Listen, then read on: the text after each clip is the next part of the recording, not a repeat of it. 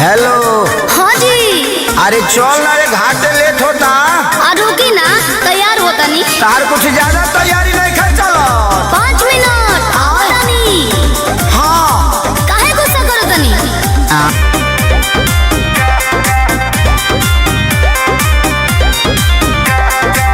Powder तेरे माला गाले बेदे, तोले साव झमका ले। मैंने आज पूरा फैशन शो करबू का। अरे ना जी।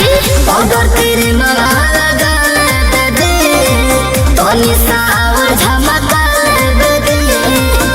पहिला रख लागे ना देबू का, ए धनी हो सजही में बेरा बीता देबू का।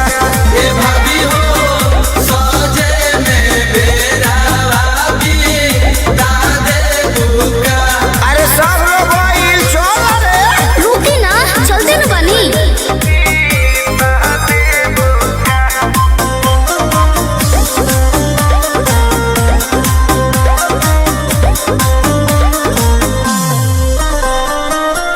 सौखे में लगे सब छोड़ देबू का।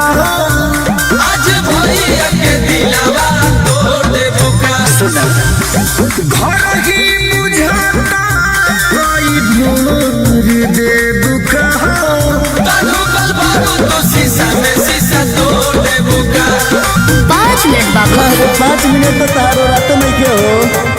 इहे रहो न राउर लागे लबार, सोच के ना जाए बस काय तो होई राउर। सोचले बारू माने सब देबू का, ए धनी हो जग के बीरा बीता देबू का। ए भाभी हो सजे में बेरा बीता देबू का।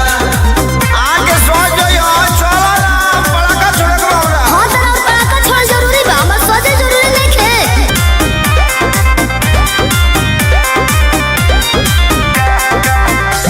पिया पवन ढेर भूखी है ना। भौजी तारा खाती सूरज बाबा रुकी है ना।